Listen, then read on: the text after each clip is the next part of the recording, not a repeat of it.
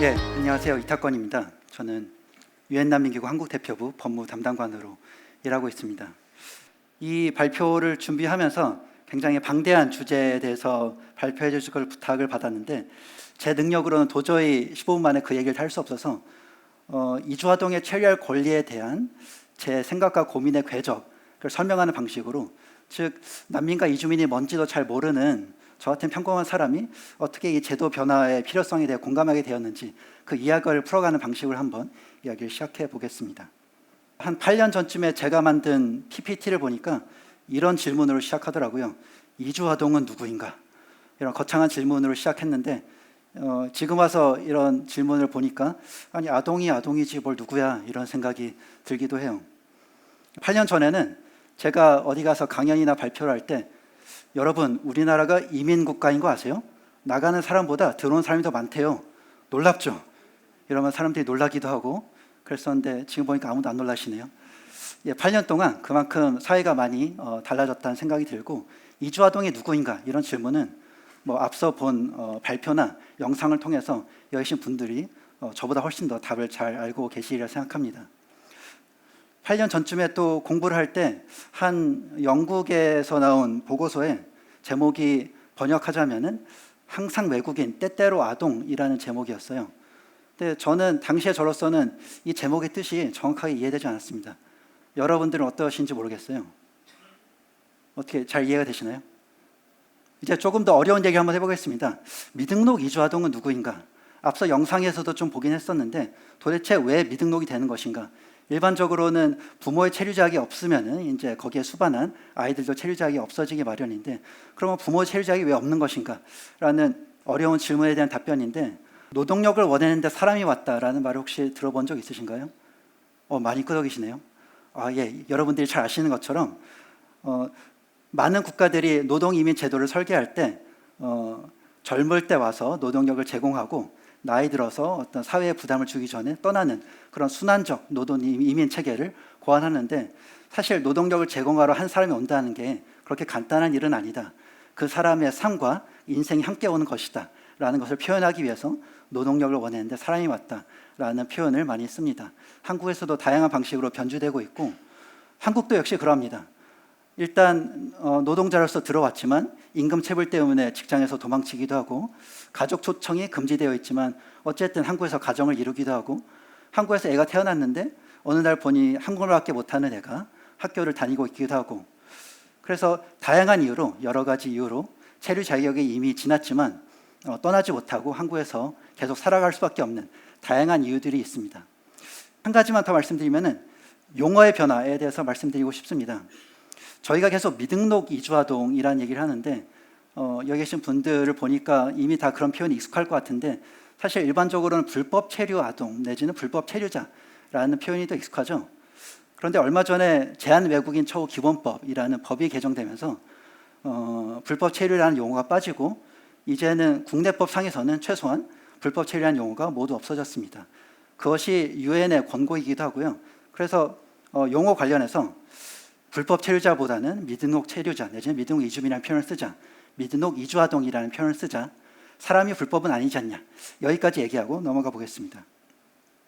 다시 과거에 어렸던 저의 모습으로 돌아가서 한 9년 전쯤에 한 회의에 들어갔는데 거기서 미등록 이주민과 관련된 얘기를 하면서 한 분이 아니 이런 사람들은 다 정규화, 합법화를 해야 된다라는 얘기를 하는 것을 들었습니다. 그때 제 반응이 어땠을까요? 어디 신고해야 되지? 네, 그건 약간 과장이고 좀 의아했습니다. 아니 그 체류 자격이 없어서 인권 침해에 더 쉽게 노출이 되고 권리 구제가 필요한 건 알겠는데, 그렇다고 다 체류 자격을 준다는 것은 그럼 법이 왜 있어? 법 위반 사실은 어떻게 해야 돼? 라는 생각을 했던 것이죠. 여기 계신 분들은 아닐 수도 있겠지만 당시에 저만 그런 생각을 하는 건 아닙니다.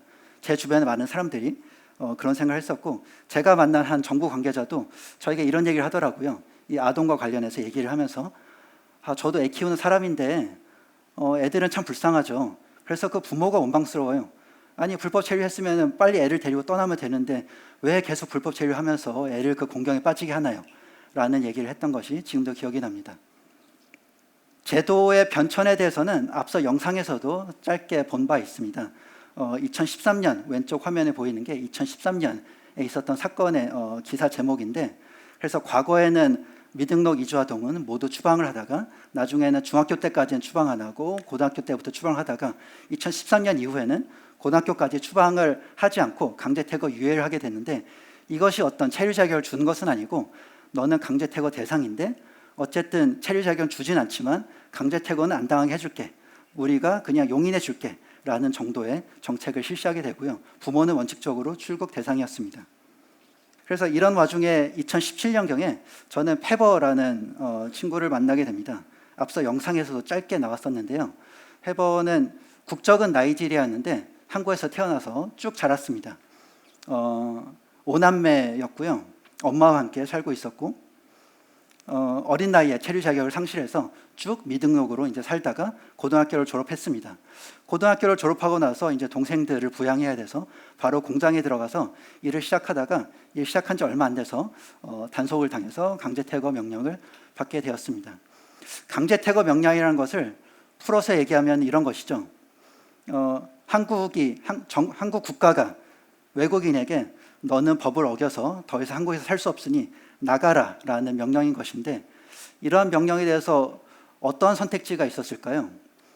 만약 이 강제퇴거 명령에 따르게 되면은 최소 5년간 입국 금지가 되고 5년 이후에도 입국이 힘들어질 수도 있었습니다.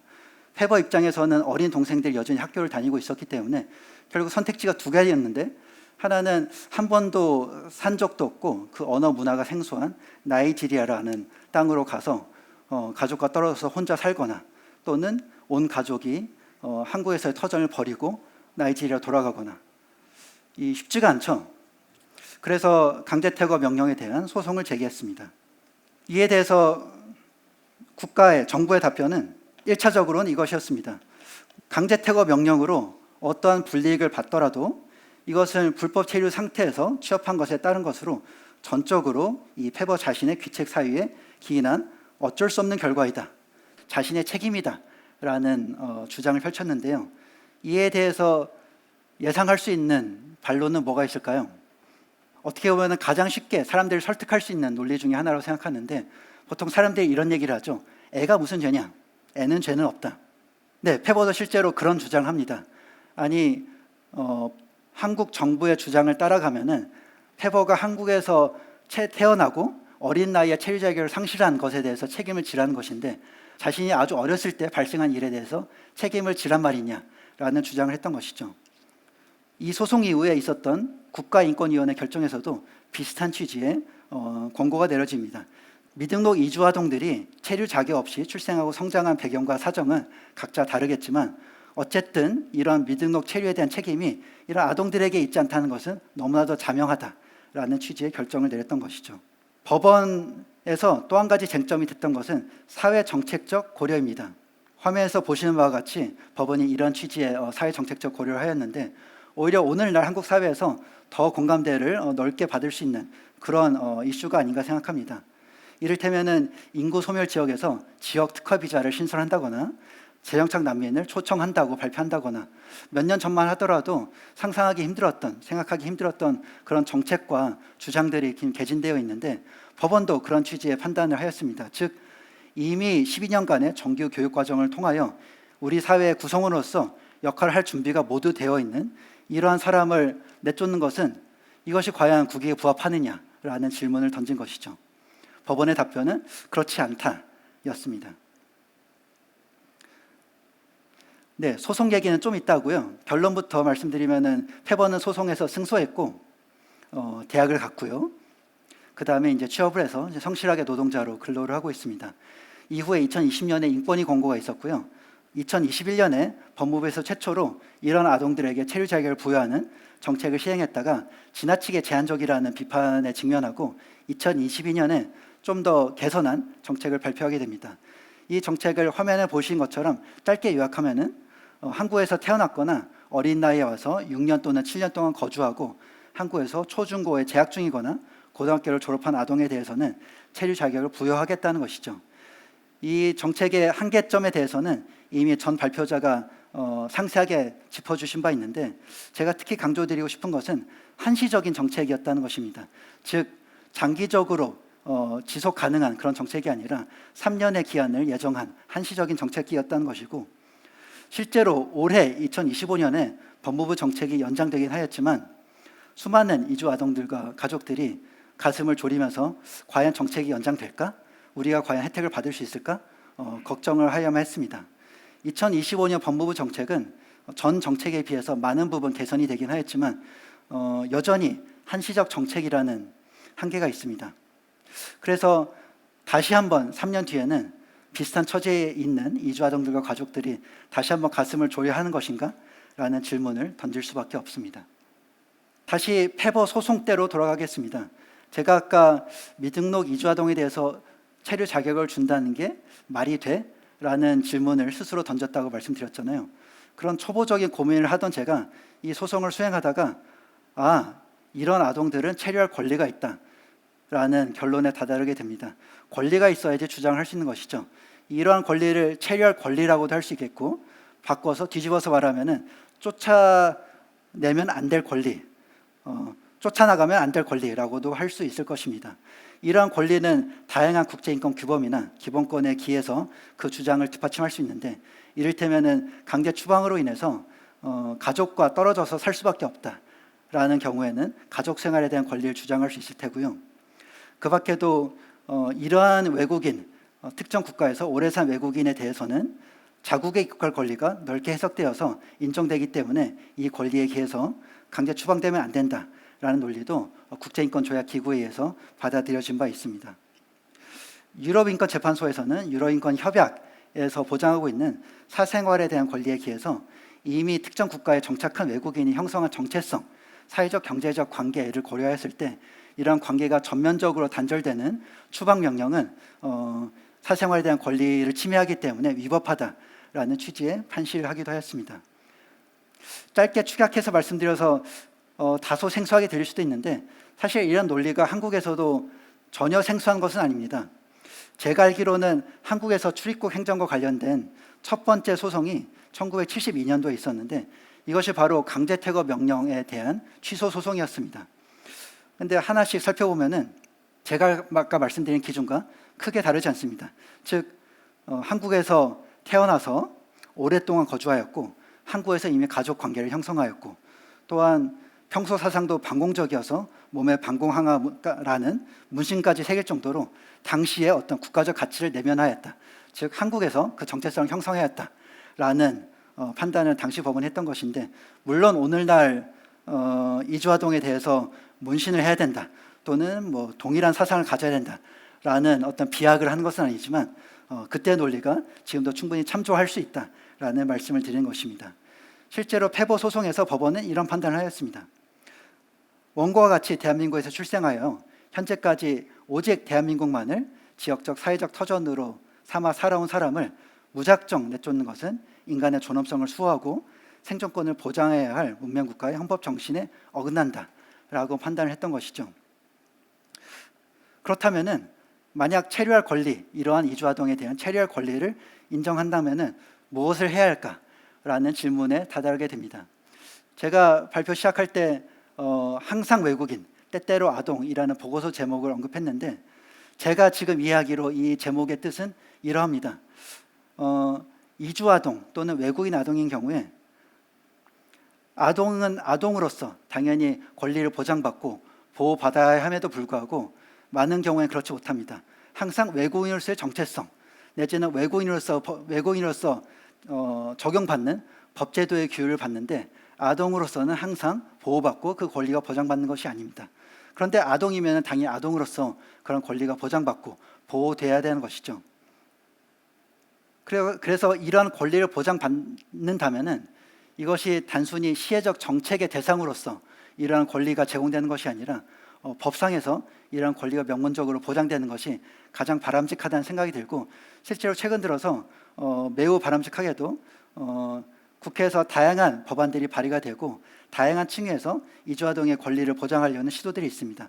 이를테면은 화면에서 보시는 것처럼 이주아동에 대해서도 출생 등록권을 보장한다든지, 아동복지시설에서의 보호 조치에 있어서 국적에 따라 차별하면은 안 된다든지, 보육에 있어서도 국적에 따른 차별 없이 보육권이 보장된다든지 등의 법안이 발의됐었고, 지난달에는 제가 알기로는 최초로 미등록 이주아동이라는 표현이 법안에 명시적으로 들어간 법안도 발의가 되었습니다.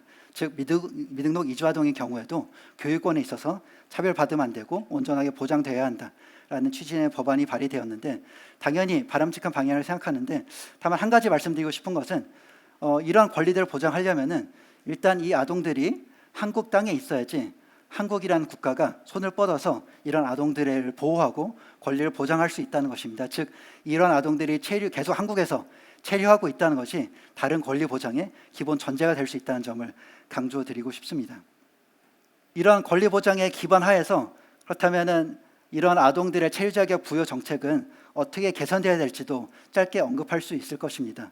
앞서 전 발표자가 상세하게 말씀해 주신 것처럼 여러 가지 개선책에도 불구하고 한계점이 여전히 상존하는데, 이를테면은 대학에 간 경우에는 다른 한국인 내지는 더 안정적인 비자를 받은 외국인과 다르게 휴학, 알바, 인턴 등이 매우 힘들다든지, 취업한 뒤에도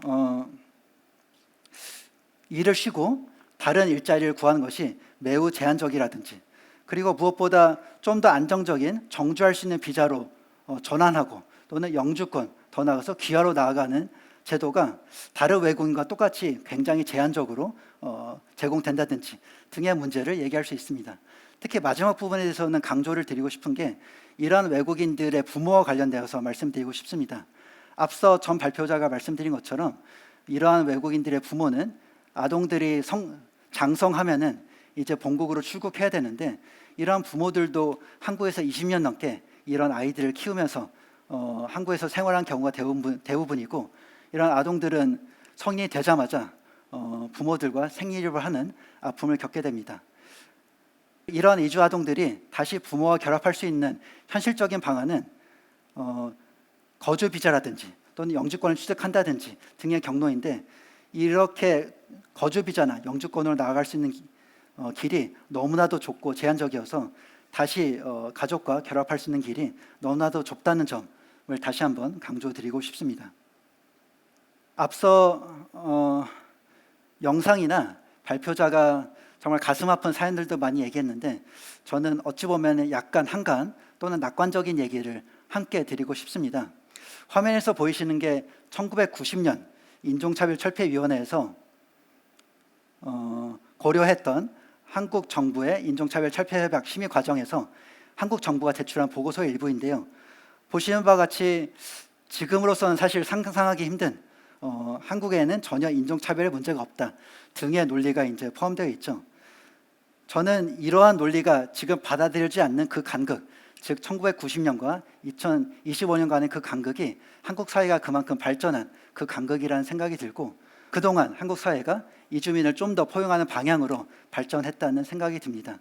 저 역시 개인적으로는 소회를 말씀드리면은 불과 몇 년 전만 하더라도 이러한 미등록 이주아동들에게 체류 자격을 부여하는 게 과연 가능한가라는 회의를 제기했다가 불과 몇 년 만에 이러한 미등록 이주아동에게는 체류권을 부여해야 한다라는 확신으로 바뀌었는데, 이 발표를 들으시는 여러분들도 그러한 미등록 이주아동의 체류권에 대해서 좀 더 공감을 형성하고 함께 제도 개선에 나아갈 수 있으면 더할 나위 없이 감사하겠습니다. 결론은 화면에서 보이신 것 같습니다. 화면 왼쪽에 보이시는 게 페보와 최근에 주고받은 카톡인데, 가끔씩 이렇게 카톡을 주고받으면서 서로 안위를 확인하는데, 혹시 여러분들은 다행대복이라는 표현을 들어보셨나요? 저는 사실 처음 들어서, 근데 또 직접 물어보면 부끄러우니까 급하게 이제 인터넷 검색해서 뜻을 알게 되었는데, 이러한 페보 같은 친구가 한국 사회에서 살아가는 모습을 보면서 저는 제가 그동안 했던 일들이 전혀 의미 없는 일은 아니었구나라는 위안을 얻게 됩니다. 이 들으시는 여러분들도 제도 개선을 함께 나아가서 저와 같은 그런 위안을 얻으셨으면 감사하겠습니다. 예, 이상으로 발표 마치겠습니다. 감사합니다.